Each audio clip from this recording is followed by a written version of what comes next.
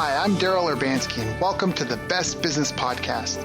My mission is to help create 200 new multi-millionaire business owners. How? You'll do better when you know better. In my interviews, you'll hear from self-made millionaires, seven-figure business owners, authors, and world-class experts sharing how they did it so you can too, without experiencing the same obstacles they did. Now, if you like this interview, please share it with a friend you think will benefit. They'll appreciate it, and I will as well. You can also connect with me on social media. Look for Daryl Urbanski, D-A-R-Y-L, Urban Ski, U-R-B-A-N-S-K-I, and add me so we can be friends. Now sit back, relax, and enjoy what I've prepared for you right here, right now. Hello, everyone. Thank you for joining us. My name is Daryl Urbanski, your host as always, and today we are joined by a very dear friend and special guest, Micah Mitchell. Micah has been growing and automating online businesses since I was first figuring out HTML. I met him via his online sales videos and follow the bouncing ball style Infusionsoft how-to videos. In fact, Micah was one of the three guys who really helped me get my brain wrapped around business automation. A year or so after I first found his stuff online, I bought into one of his courses. A few months later, I joined one of his coaching programs. Time went on, and a few years after that, Micah became one of my very own clients. Then we became good friends, and I really owe this guy a lot. He's the one some of the big names I'm sure people on this call have heard of would sneak in the back door to set up their marketing for them. This will be our second interview with Micah. You should definitely listen to the first one if you haven't heard it. The first one was on the Rockefeller habits, hiring right the first time around, and creating info products people want. Today he's coming on here as founder and CEO of Memberium, a tool for membership sites with WordPress finally made easy. Right now they integrate with Infusionsoft and ActiveCampaign. If you own an online business, this is a must-have tool. According to Ryan Dice, CEO of Digital Marketer, it's hands down the best membership plugin available for Infusionsoft. And in fact, just yesterday, another one of our previous guests posted on Facebook. This is Adam Urbanski, the Millionaire Marketing Mentor. He posted just a huge shout-out to Micah Mitchell and David Bullock of the Memberium.com fame. I needed to move our 4 pretty complicated membership websites off a different membership platform. And so I had some questions about it, and instead of just giving me an answer, they pretty much rolled up their sleeves and jumped in to do what needed to be done and make the transition happen. Totally not expected and way beyond great customer service. Thank you. You guys rock. Testimonials like this are pretty standard in the ship Micah runs. He's an old hat behind the scenes, and for the past couple of years now has been helping businesses grow by creating sustainable, easy-to-implement membership programs using Memberium.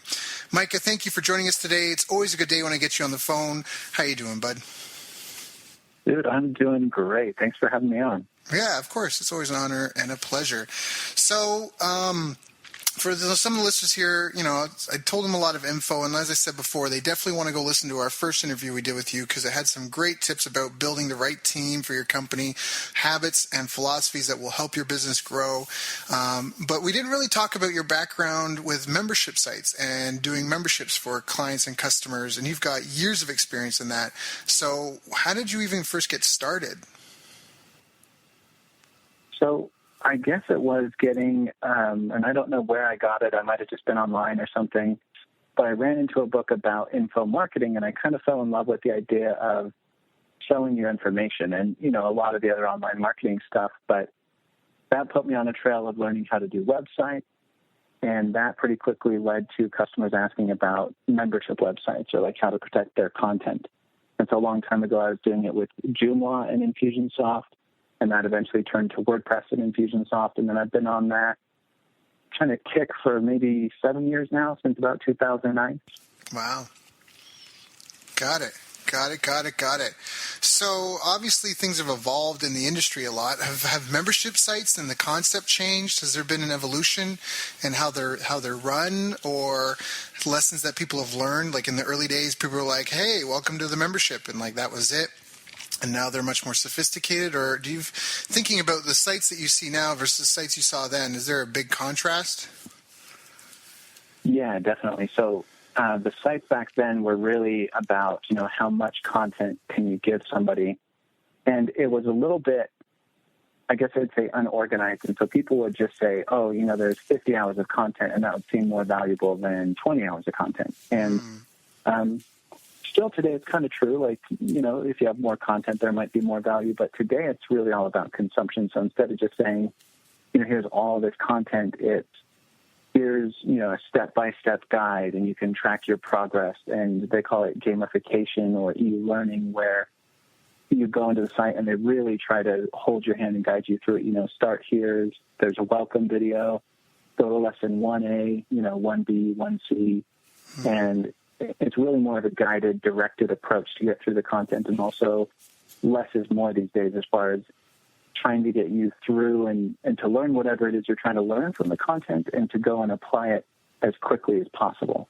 So before it was, not really that they were assuming that everyone had 20 hours to look at something, but really people kind of saw that as like, oh, wow, there's all this content that I can go and I can get. But nowadays people are, I think, more aware of the lack of time and attention. And so it's like, hey, learn these 3 principles in 5 minutes. And that seems more valuable than watch this hour-long recording.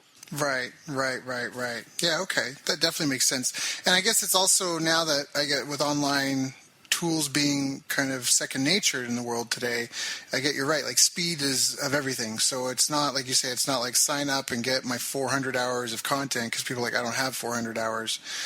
Where before their greed reflex might have kicked in. Now people are like, I can get 400 hours worth of stuff on YouTube. I need a specific linear step-by-step program that will teach me how to do X.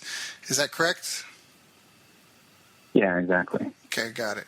Sorry, I know it was kind of like a directed question, but just to clarify. So, well, and then I guess I want to know, like, what have been the biggest challenges for you, like, as you've been going? Because, I mean, obviously, when you first heard about the idea and you liked the idea, you started getting involved in building membership sites. What was your first membership experience that you had? Like, did you have your own membership site?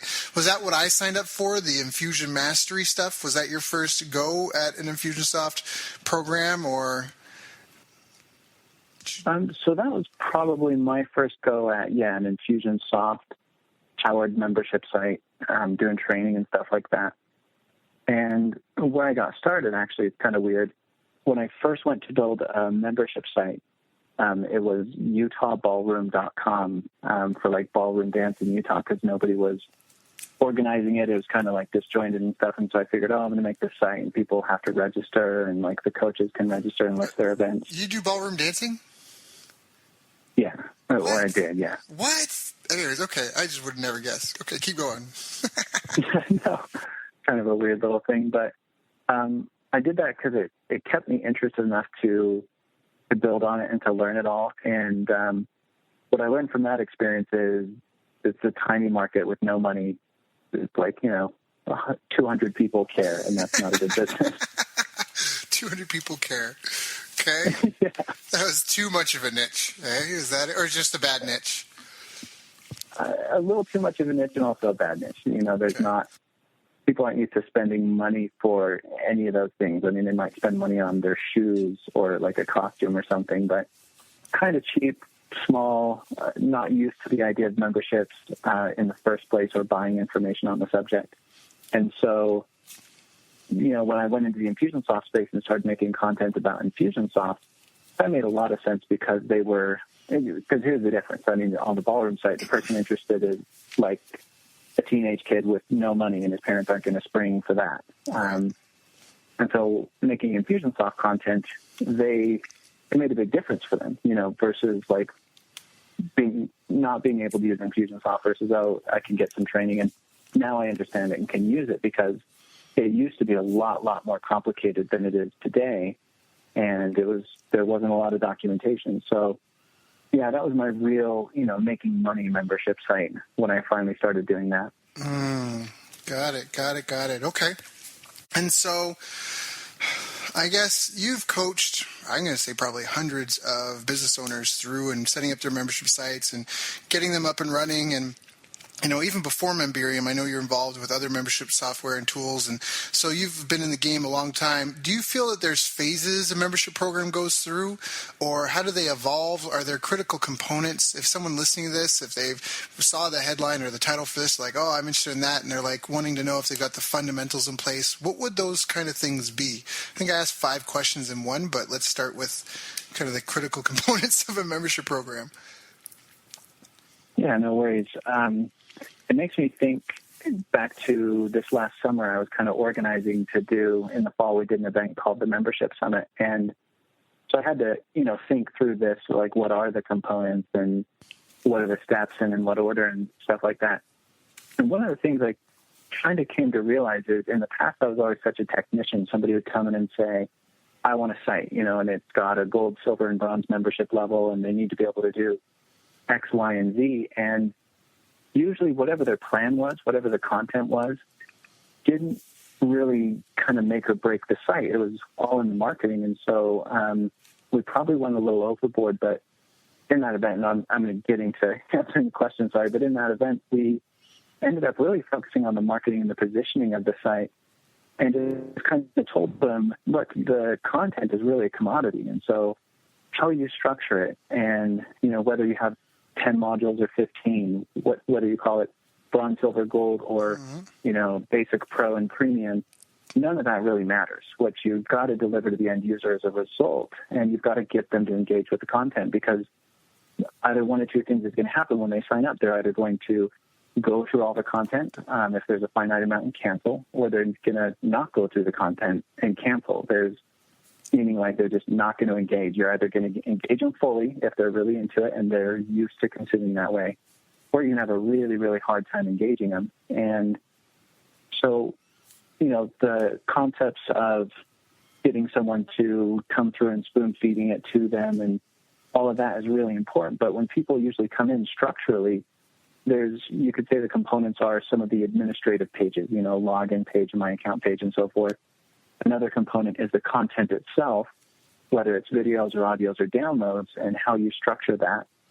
And I would say the biggest component overall is the marketing, and then throughout the experience, throughout the membership, remarketing. So you kind of like sell them, hey, you need to join this site because you want to solve these problems or whatever, or take advantage of this thing.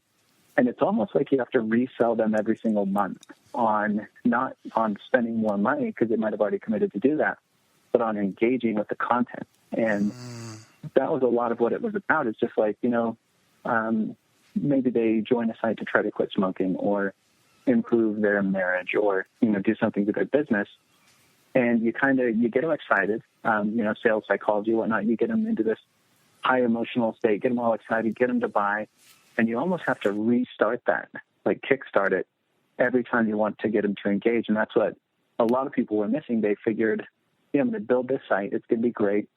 I am an expert in whatever area, and I put together this great curriculum.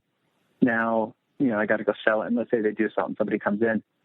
It's so easy to get bored. I mean, I joined a membership site about membership sites, and I think the content was even good. But I could not stand to sit and watch the videos. They were just slow and boring. And I feel like it's something I'm interested in. It's something that can help me. And I was just dying trying to watch it, And so, in contrast, there's other sites like Digital Marketer I'm a member of. And they're just like, they're always excited about what they're doing. Their emails are exciting.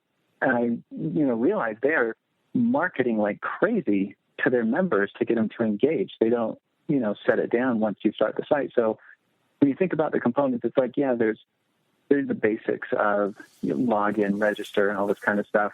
There's the content itself, but really what you're trying to provide is an experience.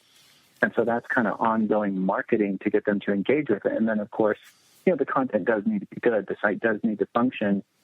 But I think what's going to make and break most sites is how enthusiastic they are and how much they market to their current members, not to get them to buy, but to get them to use. That's great. I'm taking a bunch of notes. I hope people listening to this call are as well, because again, there's no magic room. There's no secret pill. This is it right here. So you're talking about like retention, because most businesses, even if they realize it or not, and I think this speaks to every single business across the board, most people know that 90% of businesses depend on repeat purchases in order to have some sort of security and stability in the business itself. And so that becomes a retention issue. And so even if you're a plumber or even if you're a family doctor, you may not even consider the fact that you have a membership, but it is membership based. Because if people don't keep coming back to you, just because you're my doctor, now depending where you live, that might be different because it might be hard to get a new doctor. I know where I live right now, there's a shortage of doctors. So when you get one, you're kind of lucky and you stick with them.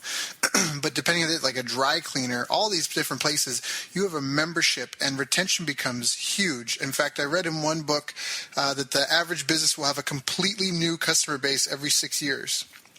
And retention is a huge issue because if you get a client and you can only keep them for 2 months, and if they pay you $100 a month, that means their lifetime value to you is $200. So what a lot of other people also don't realize in businesses, you're often buying customers, whether it's through joint venture partners, so you're using relational capital, and then you're doing the promotion and whatever it costs you for the promotion and the time to put it together.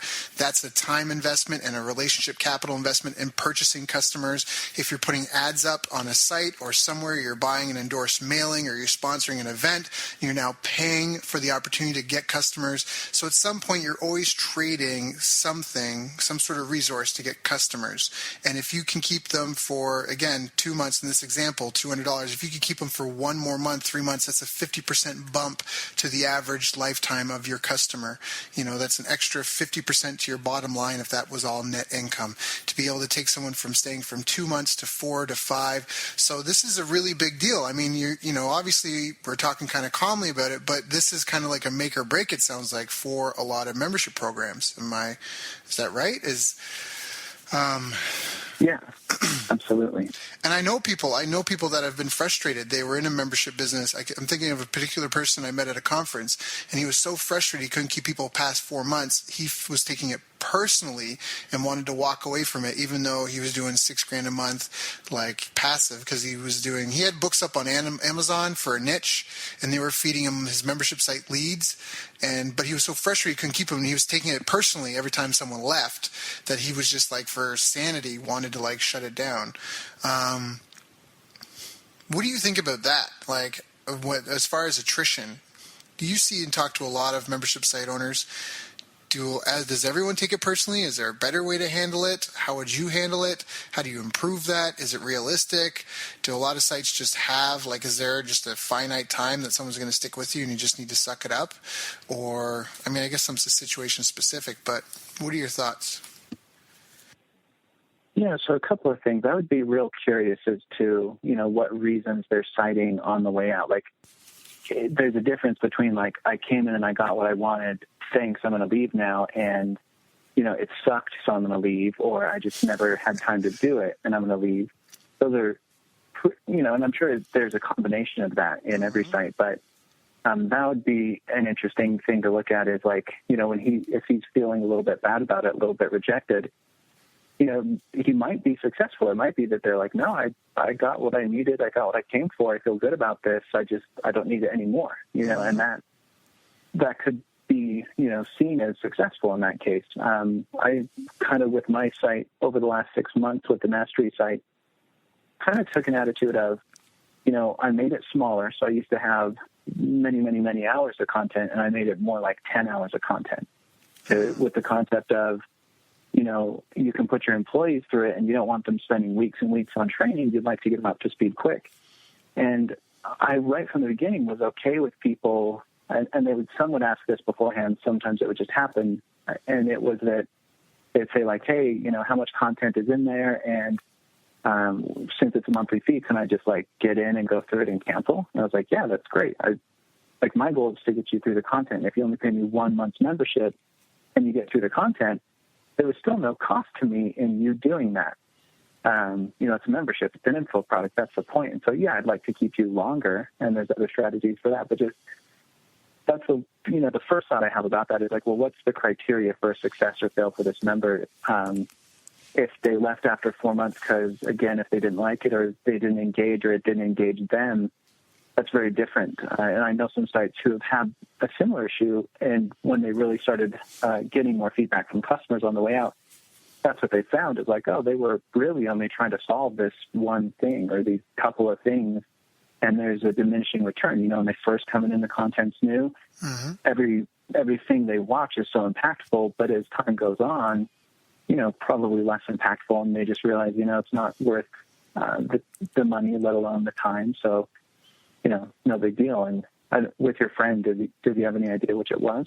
No, well, I'm not 100% sure, but what I love, and I want to recap for the listeners, is just you kind of already alluded to something that I think everyone here should take as a takeaway, and if you're not writing this down, you're welcome, but that you should be asking people on the way out why they're quitting. And you kind of gave 3 really good categories. And one is that they just don't have time for it, which might mean that you're bombarding them with content and not spoon feeding it to them in bite-sized chunks, right? Or making it meaningful and actionable for them. The second reason was content sucks, and that was just they're bored, they're not engaged. And this is assuming that the layout makes sense and, that you've got a linear path. And the third one was just, I'm good, the problem's solved. And that, and for each of those, and when we talk about remarketing, at least if you know for those 3 how you would follow up with those people if you're trying to get them back in the program. For the people that didn't have time for it, you would have some sort of summary or some sort of, right, instead of the 100 hours of content, we've got these 5 hours we put together just for you, and it's a low price of blank, whatever. The people say content suck, you'd have to get some good testimonials to overcome that, to have them believe that people are back in your site and getting good results and happy with it and that it really is new and improved. And last one, if it's good, the problem solved, then maybe you want to start looking at, well, how can I help you? What's the next thing I can help you with? What's the problem you have after that? Or what do you upsell from that? Which led me to an interesting thought that I had, because I know a few people that they do membership programs, but they don't do endless membership programs. They have a specific 90-day program or a 67-day program or 30-step program. Is that something that you think you've seen more people be successful with as far as membership sites? Do you have one big amorphous, never-ending bill you until until you die or unsubscribe? Or is it more bite-sized, like these 10 modules, and then either try to upsell them into another program, or what have you seen over the years? Yeah, that's a good question. And that kind of, there's different types of membership sites, I'll say, or different things people will pay for. And, so some sites are like a full package where, hey, we're going to give you new content every month, and you're part of a community because there's forums or whatever in there.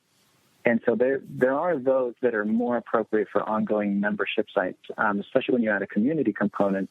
Some people might get through the content but stay for the community. But I have seen a lot of people really successful with what's kind of the micro-continuity, limited-term membership things. I know for a fact that they're a lot easier to sell. So people usually have great success being able to sell those because it doesn't seem like a commitment. It more seems like a transaction, at least to the end user. And one of the best ones that I can think of was Casey Graham, one of the Infusionsoft Ultimate marketers. He had a course called Get Paid Daily.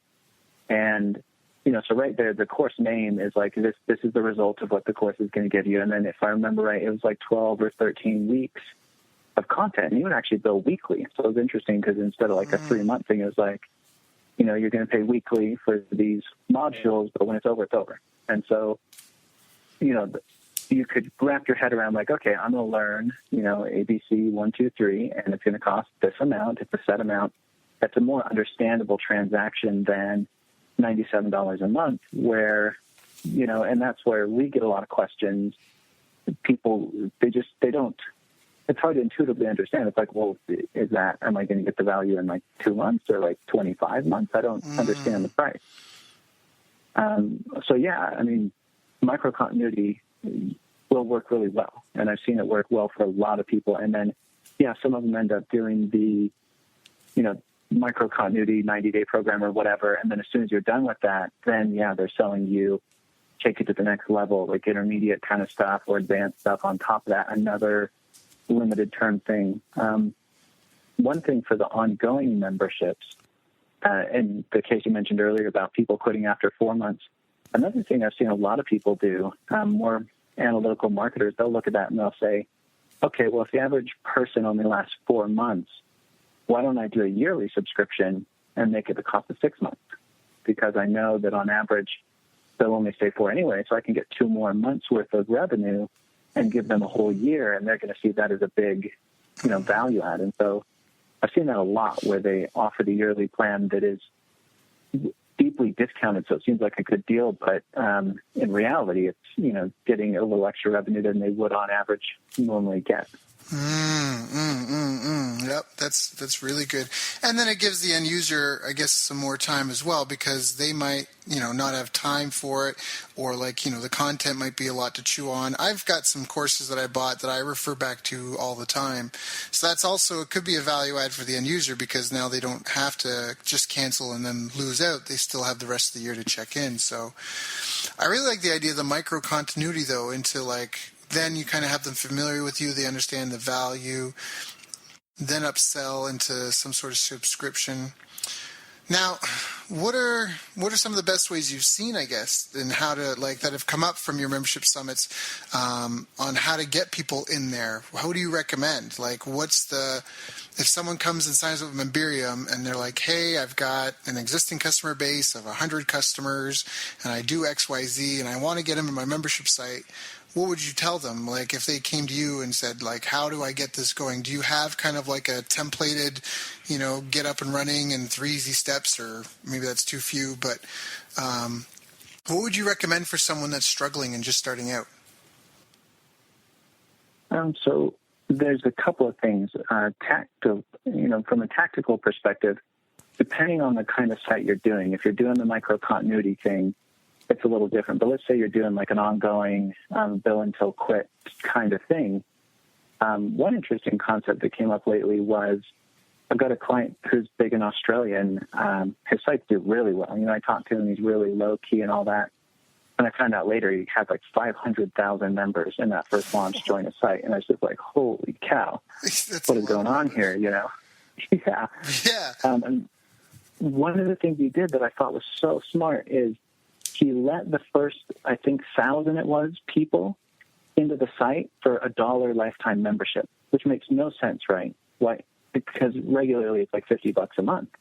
And so this $1 lifetime membership, and what he said, well, what I want there is I want a stable base of people in my community. So he's got forums and things like that, and a little bit of a social aspect in the site. And so what he was doing is he was saying, I'm going to put 1,000 people in so that it looks like it's rich and highly interactive and so on, and they're never going to quit. So even as we have churn, there's going to be the old timers who make the experience for everyone else seem stable, if that makes sense. And I thought that was so smart because he gave away a couple, 1,000 memberships, which is a lot. But if even if we scale it down and we said somebody gave away their first 50 for $1 or something, you end up with these power users, advocates kind of thing. And everyone else who joins in the future, they think those people paid the same amount they did. So they see, so-and-so's happy, so-and-so's getting results. They've been a member for 2 years now. This must be good, And so that was one interesting thing I thought, you can get a quick base by just lowering the price or doing something to get some people into, kind of have that blend of customers be more stable versus the churn. And in general, though, with every single membership site, when we were talking about marketing, we talked a lot about, positioning. So let's say you build a great membership site, looking around at the other options that people have in whatever subject area that is. So, from almost everything, somebody can just go to YouTube and there's going to be some videos and training and stuff like that. So in positioning, there's obviously, positioning yourself as an expert if you have that. But even if you don't, positioning your product versus the competition and whoever the competition might be. And so in the room, for example, we had somebody who was a consultant, an Infusionsoft consultant, and they were saying well, how do I position against 6th Division? And this is probably niche in the Infusionsoft space, but just so everyone knows, 6th Division is a really popular consulting firm in the Infusionsoft space. And so this little one-person consultant was there's no way I can compete against those guys.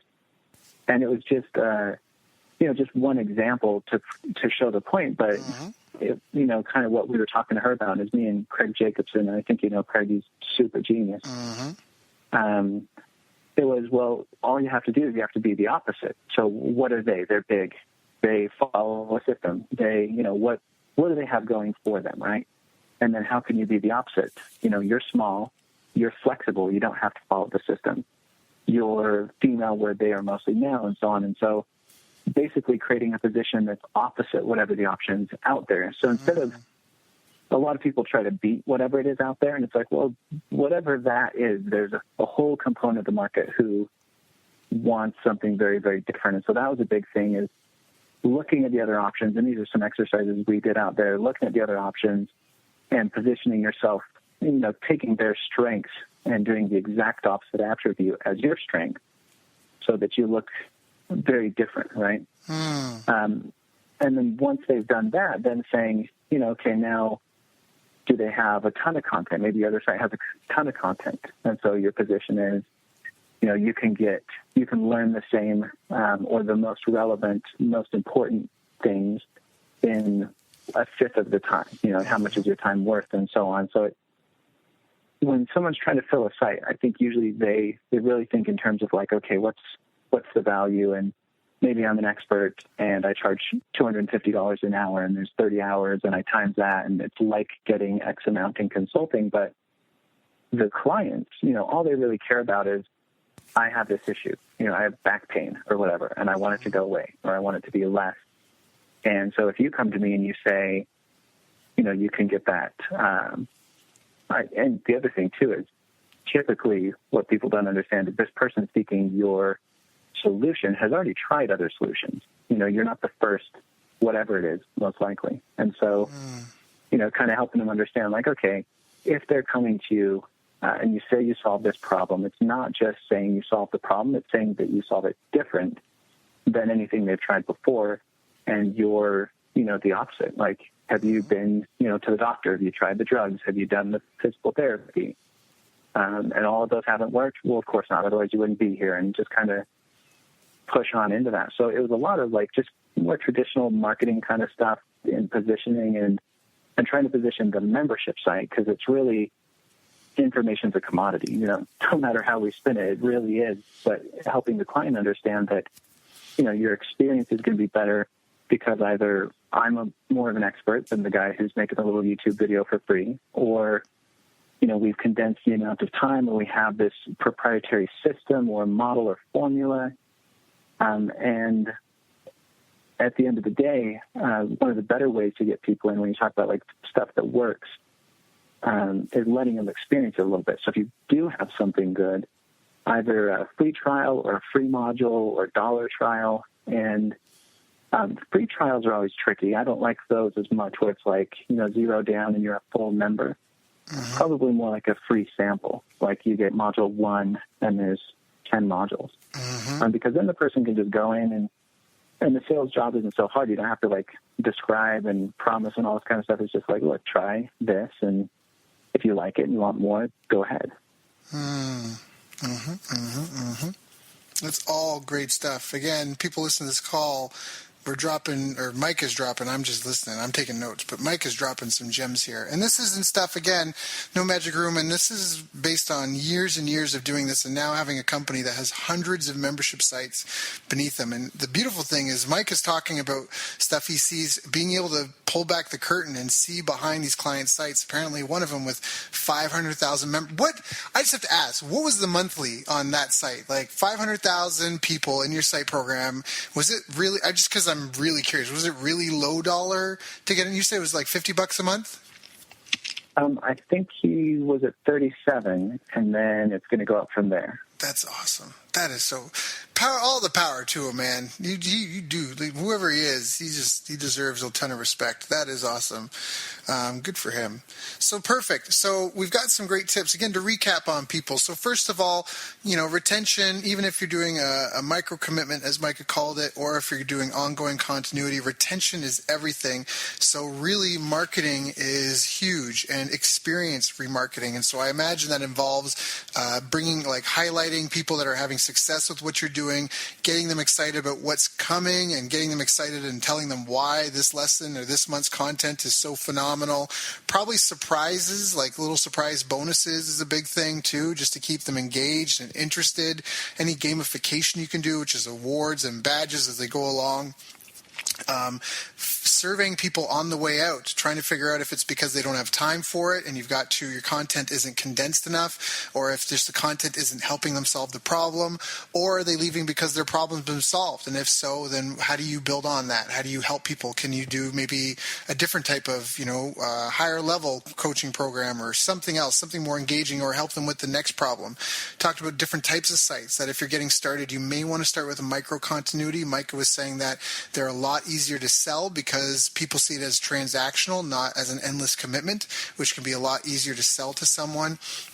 And we talked about this great idea of getting some solid numbers of people into your program first, even if it's just for $1, just because you'll have power users and people that will use it and give you feedback on why it's good, why it's not good.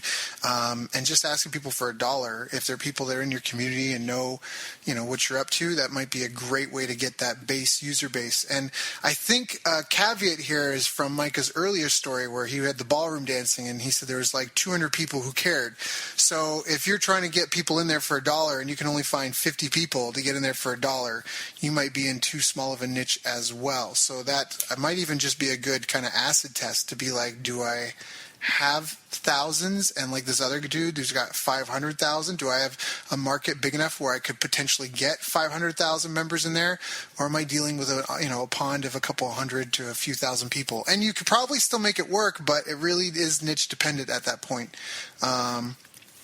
Talked about positioning. I really liked how you talked about having like specific results you're going to help people with. That's the first thing that your clients care about more than anything else, is helping them solve this blank problem. And you cited Casey Graham and his site Get Paid Daily, where the name of the course was the result people wanted. And so just by the name of the program, they knew what it was and they knew they were going to get that. So the positioning was really well. And if you're having problems with that, doing the opposite, being the opposite of whatever all your competitors are, take the look at your competitors and whatever their strengths are. Just be the flip side of that, which I think is a really good one, because you're turning their strengths into your strengths.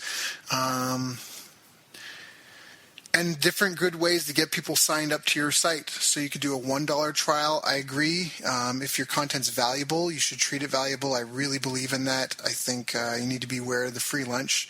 So he cited the $1 trial, or giving people a free sample. So your first module of 10 modules, something like that, so they get a feel for it. That's really awesome, Micah. I mean, this right here, this is like a blueprint for getting up and running first and foremost. So where do you see the greatest mistakes, like if your clients and other entrepreneurs making with their membership sites? I think getting into a market that doesn't want whatever they have, like the saddest membership sites and the ones I feel worst for are when they do all this work, anticipating hundreds or thousands of clients, and they get like 7 and 4 of them are related to them. And it's like, because you promised those other 3 people who aren't your relatives this experience, and now you got to provide it for nothing, And what people, it's so easy to test online as far as if you think you're going to make a membership site, let's say about bodybuilding or something, because you have some unique approach, make an ebook about that and like share your things, or make a 10 tips or something. And if it's not popular and if you don't get great feedback, don't go make that a 20-hour membership site. We've had one person, you might remember who I'm talking about. I don't remember if they crossed your path in the mastermind, but they were these great corporate trainers. Like they trained executives in corporate America for a long time. And this is back, I think, in 2010 or 11-ish, where there was a lot of turnover. And so they were like, we're going to repurpose what we're teaching here and help companies like keep and improve their executive skills and make them more effective and all this kind of stuff, and have an aspect for people who have just left the workplace and are powerful executives and want to get hired again and all this kind of stuff. And it sounded okay on the surface because they were successful at it in like a corporate environment. And so they were going to make it into a membership site. And you can't know everything before you start. But the problem was they spent like a year or more developing the site and making it all perfect before bringing anybody into it, before trying to sell it, before anything. And it turned out it just did not work. They had like 0 members. I don't even know if they ever got a member. And I felt horrible for them because they would ask about So before trying anything, they were asking about all these best practices. How do I do an evergreen webinar? How do I do a launch? How do I do all these tactical things? And at the end of the day, nobody cared. And they could have figured that out before they ever did any of this by like trying to sell a webinar series or selling a service. This is another easier way to do a lot of this. Just sell whatever you're going to do as a service to one client and, see how that goes. Like, first of all, see what the buying action is and how interested people are, see how the pricing works. And as you obviously provide the service, you're going to get better at it. So, a membership site, I guess what it is the biggest mistake is people see it as the first step. I'm going to do a membership site. And typically it's better off as, a fourth or fifth step behind testing some free reports, testing, a concierge type service at the same subject, the same material, testing maybe a webinar series where you're delivering it in mass. Concierge is like one-on-one, or a webinar series is, will people pay me even $7, $20 for a 4-webinar series about this? Can I do it one-to-many? And then if all that is good, go ahead and make a membership site. But if those things don't work, it's not going to work better because you put it into a membership site. Mm-hmm. That's a great, yes. Yep. Yeah, that's, sorry, kind of go off on a tangent there. That one bugs me the worst when it doesn't bug me that they did it. I feel bad for them. But some of the other mistakes I see people make, even if, say they do have a good market and it's a good approach and whatnot, they look at some guru and they decide, I got to have everything this guy has. I got to have all the same bells and whistles for my site to work. And, it's kind of like back to the fundamentals, back to the basics. Would your site work as a really basic, no bells and whistles site? Get that going first, sell some people. And if it is working, add bells and whistles over time. And that's, where you have people who they get really hung up on having all 20 of the features that they envisioned in their site, versus get your site going with like 4 features. And then you'll not only get the experience on how to implement the other 16, but you'll get the money for it. You can do it over time, get feedback. So, not testing the idea of it, not testing and getting feedback quickly enough as you develop it. People just take it way too far, too fast, especially when modeling some guru that they see, modeling it from the outside, not understanding how and why it works and all the iterations that person went through to figure out why that's appropriate for their market, but just blindly modeling. Got it. These are great. This is really good. I love the idea of testing it with an ebook and a webinar series before that. In fact, I remember, I almost want to look it up. I don't know if I'm going to be able to, but I remember I made a note to myself a long time ago. It was like your ad copy becomes your landing page copy, becomes the content and name and title of the ebook that you're going, which becomes the course that you're going to sell. And it was like, do that instead, because this was back when all the rage, and I guess it's a new rage again. Ryan Levesque, we've had him on the show twice. He's got the survey funnel, and that's all the rage in some circles right now. But surveys have been around forever. And back in the day, it was, drive ads to kind of an opt-in form where you got their name and email, and it was like, what's your number one question about blank? We're writing a book, and if you give me your name and email, I'll send you a copy of the book when we're done. And they would collect like 100 questions, and the 100 questions become the book. Answering those questions became the book, and then you email it all to them, and you send it to them and ask them for testimonials, and there's your social proof. And then you would take the best performing ad headline that got people clicking through to the site, and that would become what you would build your landing page off of, which would help become what you named your book, right? And then the book could become a course, which is now you doing the book in video format. So it's just funny because when you said that, it's just light bulbs went off. I was like, wow, you're right, because that's the most important important thing is kind of what people want. And when you talk about Casey, I know for a fact that's how he did it, was split testing ads to come up with what name to name his course. So that's just interesting. And people have done that too forever. They sometimes publishers, they'll run a bunch of different ads, either cover graphics. It depends what you're doing. If this is like Google AdWords and it's a headline and it's the headline and it's subhead copy. If it's like a Facebook ad or one where you could put pictures, then it's the book cover and the book headline, and some subhead copy, and then they would test 4, 5, 6, 7, 12, 30, however much the budget had, and they would wait for one that was statistically more significant, and then that would be the cover and the title that they would go with. I think that's a beautiful plan. Again, if anyone here is listening to this, my prescription to you is to do exactly that, to maybe just drive people to a site, ask them their top questions about blank. Now, you got to do that in a certain way. So Glenn Livingston, we also had a call with him. He was famous for the front-end survey. Ryan Levesque is a protege of his and built a funnel out of surveys.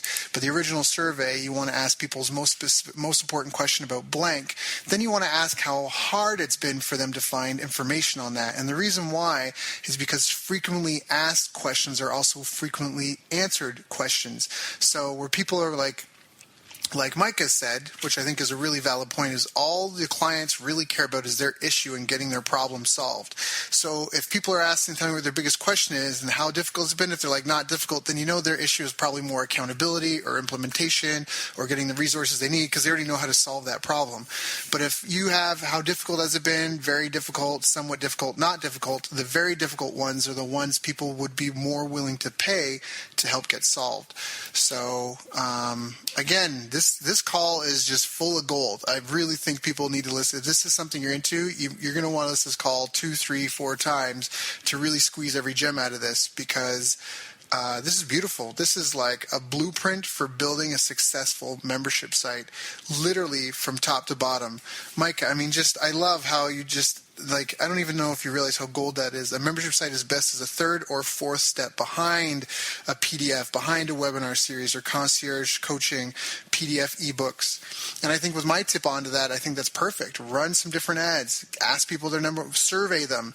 Put those survey answers in a book. Now get those people, give it to them for free. Ask for how they feel about results. Get some testimonials so you have some social proof. Social proof is extremely important when it comes to your marketing.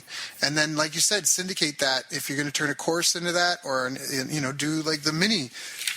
If you want to do this the safe and easiest path based on what Micah said, and please, Micah, interject and interrupt me if you think I'm off at any point, but it sounds like the blueprint you just gave everyone was, the most basic model between the two of us, run ads to a survey saying you're going to put together a book or a course, take those, make the book or course, give it to the people, ask them for feedback and for testimonials if they enjoyed it. Take the best performing ads, use that for your copy and your images and your graphics for the landing page, for the course, all that stuff. Again, listening to Micah, sell a micro continuity first because it'll be a finite period of time. 8-week course, 12-week course, 90-day course, whatever you're going to do, 67-day course. And then once you got people in there, even follow this guy who put in the first 1,000 people for $1. Give it to a bunch of people for $1. Let them go through it. Let them flesh out all the worms, fill in all the holes, all the gaps. Now, if you think you can extend it past the 30 days, 9 days, whatever, go ahead and do that. But you've got all these users in there, all this feedback, all this momentum, and you already know what problem people are really coming in there to get solved. And you can even ask people. Like I have a client right now, we're launching a continuity program for her, and she's got a group. She already has a free membership group of 2,500 people. And so we basically have 5 survey questions we're going to ask them. And out of those 5, the copywriter is going to pull pretty much everything he needs, including testimonials, for all the promotional content. And then you're up and running. And if people are leaving, survey them and ask them, why are they out? And, is it because you don't have time for it? Are you not getting what you need? Does the content suck? Is it too long? Or is your problem solved? Or did you find a better solution? So, Micah, that was awesome. That was so awesome. Did I not ask anything that I should have asked? No, you're great. And the reason I stayed quiet, even though you invited me to interrupt, is I thought you articulated it perfectly, like even beyond what I was saying with the survey and running ads and all that. So, yeah, what you just said, too, is perfect. I mean, I know we're recording right now, but that needs to be a PDF for you guys, like how to be up and running in Fives, like just that, because you already articulated it. I think that's so perfect. And your clients already love your client. I'm sorry, I'm going to swear, but your clients love the shit out of you. Like they really do. Everywhere I go, people are raving about you, and in certain communities, the competition are kind of lazy in some respects. And you guys are really there. Like you guys are in the trenches helping people. And like even you said now, like Mike, I think everyone listening now can understand you're pretty kind of an even-tempered guy, but you were like upset. Like there was emotion in your voice when you're like, they're making a site for no one, and they're making a site for people that don't want it. And you're like, I hate that. And I could see the pain in your voice because you've got to sit there with these people, and it's like when someone farts in a room, like you smell it, and you're there, you smell it, but you're like, how do I tell these people really nicely? And you see the time and energy, and you see their hopes and dreams, and and you don't want to discourage them, and you can sometimes be wrong, but you feel like you've been there before. Like there was passion in that for sure. So are there any other ways people go wrong? They lack poor positioning. They don't articulate the value of their site, which I guess is positioning. They make the site for no one. It's the first step versus the last step after a proven concept. Is there anything else? Is there any tech issues, or where do most people tend to get gummed up? So maybe not an issue, but I'll just kind of explain some of the concepts around e-learning, because that's definitely the biggest trend and the most popular thing for good reason, not just because it's trendy. It's basically these membership sites. The idea of giving people content is evolving more into, and they call it e-learning. What it really means is, not just guiding, not just spoon feeding, but holding them accountable. And for example, one of the ways they do that is quizzing. So there used to be this whole concept of, I'm going to serve you this video content, and I'm going to track how long you watch it. And based on how long you watch it, I'm going to determine whatever to do next. And so with this whole e-learning movement, it's more about, as they go through the videos, they have to take a quiz afterward. And, just the implication that there's going to be a quiz afterward, I'm sure makes people pay more attention and absorb it a little better, maybe even take note. But it adds a level of, professionalism to the whole thing. Mm-hmm. And what people are selling now, and I should have dug into this, so yeah, I'm glad you asked if there's anything else, because this is really, one of the big, like I said, a very, what's the word, well-deserved trend is this whole concept of e-learning, where it's not just, getting them to engage and consume and all these things for your benefit, but if they can pass all the quizzes and so on, people are doing certifications, and some of the people listening are probably seeing that. But that certification, talk about positioning, that's a total game changer in so many ways, because what it does for the client, first of all, is it gives a ROE, which, there's return on investment. ROE is return on education, which is if you go through this content, you're going to end up certified, let's say. So you're going to be a certified whatever it is. And now you've got that badge to put on your website. You've got that plaque to put on your wall or whatever. And so instead of just selling a membership, now the smartest companies are selling certification courses. And so again, for the client, it gives them a true return on their education. Whether or not they even use it, they can use it for, their own social proof and positioning and stuff like that, between the certificate and the badge to get clients and so on. And for the company, it actually positions them above their competition, because if there's two courses and one of them you can earn a certification, which one seems more serious, more legitimate, more valuable, right? So this e-learning thing is, you go through the modules, you take the quizzes. If you pass, you end up with a certification. And a lot of even old school marketers are taking what they used to have, all the content they used to have, let's say it's 400 videos about everything you could possibly want to know about marketing, and chunking that down into, online marketing certification, traffic specialist certification, video marketing certification, and all that. And the best example is digital marketers certifications, where it's exactly what they did. And the guy who did it for him, we were talking all the time about this, and he was like really trying to sell me on the the concept about, I think it was about a year and a half ago. And when it finally clicked in my head, I was like, oh, you're okay. Now I finally get it. Because at first I was like, okay, people have asked me about doing a quiz before, but when he's like, no, it quiz everything, track consumption based on retention and understanding, not, consumption and then reward that action by giving them badges, giving them certificates. And now you're actually selling a certification, which positions, and at the time he wasn't yet doing digital marketer stuff, but very shortly after that, he ended up working with, all these big name marketers, converting what they had into this concept of certifications. And it's just been a total game changer. Now, everybody wants to do a certification course. Again, it positions you, it raises the price, it commits people when they buy to actually finishing the course, not just going in and getting what they want and leaving. It totally transforms the whole thing. It's a better client experience as well.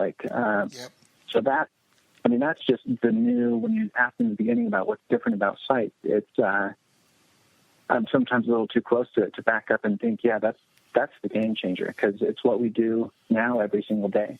That's most of the sites are looking to gamify or sell a certification, and total game changer.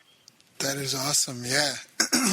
Gamification and certification, those are both huge. So I think this has to be the most all-encompassing kind of 60 minutes on planning, launching and scaling into a membership program. I think that's available out there. We've covered everything from A to Z, from testing your concept, validating the concept, starting slow, building a community and a following, how to build that and to get a stable base and really have a community and delivering value to people, how to be testing the absolute best name for your course and your product as well along the way, to make sure that when you're doing your marketing that you get the highest ROI from it possible. I love the idea of the name of the course being the result people are going to get at the end of it all. We talked about how to make sure that you can retain your customers, because retention, people might not even get it, but it really is.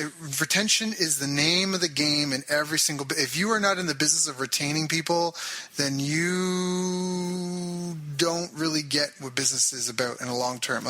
Drayton Bird said it best. He said the whole purpose of business is to find a prospect and then to turn them into customer, and then to take that customer and turn them into a friend. And that's really, really, really, really true. We have friends for a reason, friends for a season, and friends for life. When you have friends for a reason, you are their friend for a reason. I use this example sometimes. I have a buddy I do CrossFit with. He's not my buddy to go drinking with. He's not my buddy to go on vacation with. Not my buddy for anything else. He's my friend for when I go to CrossFit. He beats me some days. I beat him some days. We hate it, but we love it. And so we're friends for it, and we challenge each other. And that's why we're friends. And if someone's a friend with you and your business for the purpose of educating them on X or helping them solve X problem, they will be your friend for those types of solutions. And if the relationship is they pay you money and you help them with X, they will continue to do that as long as you remain their friend and help them over the long term. So I just think this has just been really all-encompassing. How to position your course different than everyone else. We didn't talk about too much geeky technical stuff, but and I am going to shamelessly plug what you got. That's because Memberium really does make it so simple. Right now it integrates with WordPress and Infusionsoft. They're releasing an active campaign integration as well. And I'm sure if they get enough requests, they'll probably build an integration with any system out there, because David he is such a ninja when it comes to programming. So, and not to forget mention, we talked about the future, which is not just being a vendor of, a curriculum, but to be a certifier of professionals, which, there's something called the income earning ladder. And I think this is a really good time to interject it. We might go over a few minutes. I hope you don't mind, Micah, respecting your time. But the income earning ladder at the very base are generalists. So, for example, if you're a dentist, you earn what any other general dentist can earn. That's at the bottom of the earning pay scale for a dentist.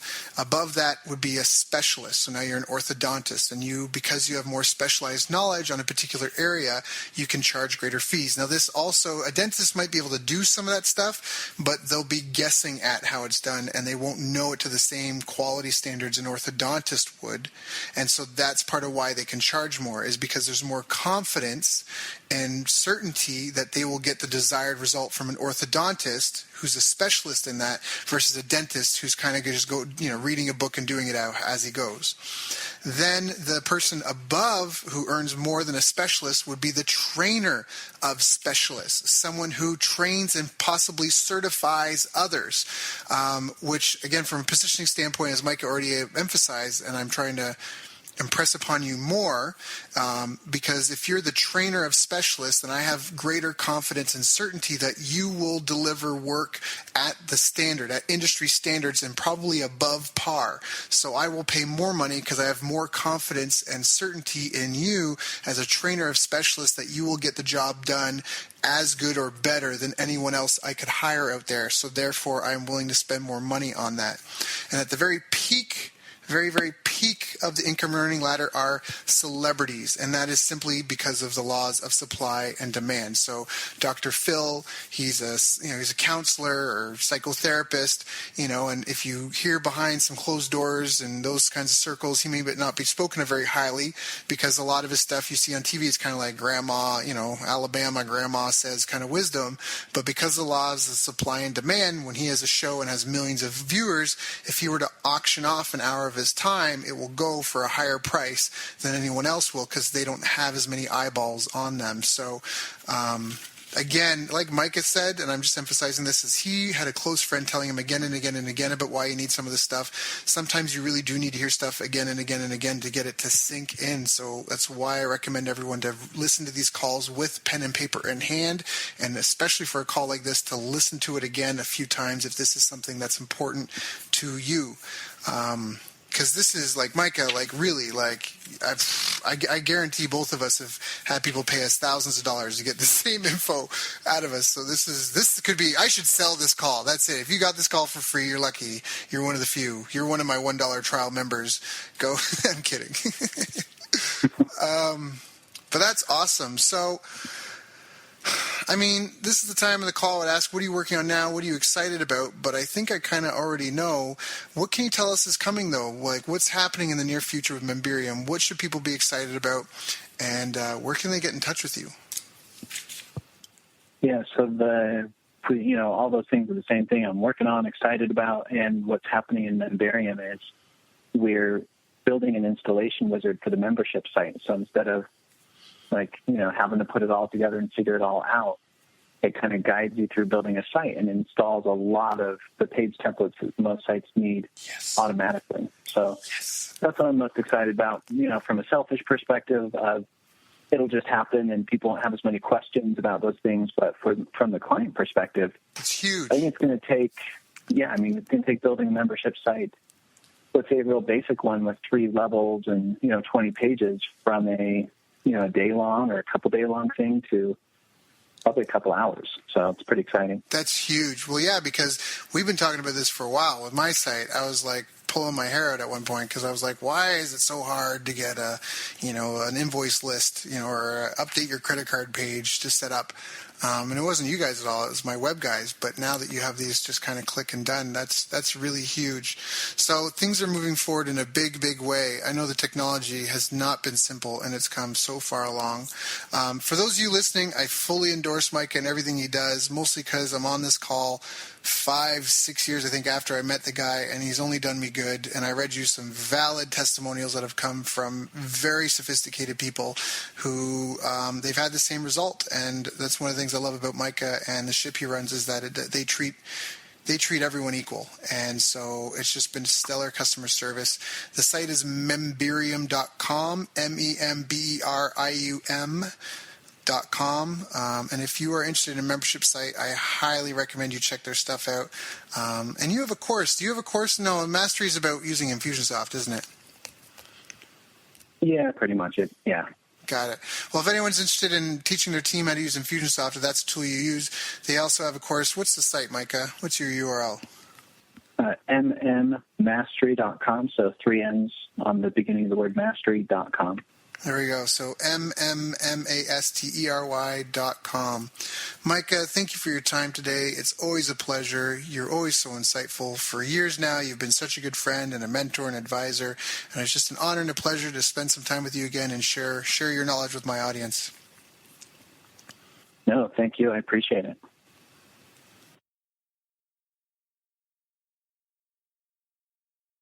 You've reached the end of our interview. Now, first, let me thank you for listening. I appreciate and respect you more than you'll ever know. And now I'd like to ask you a couple of questions. First, what 3 lessons did you just learn? What 3 aha moments just jumped out at you?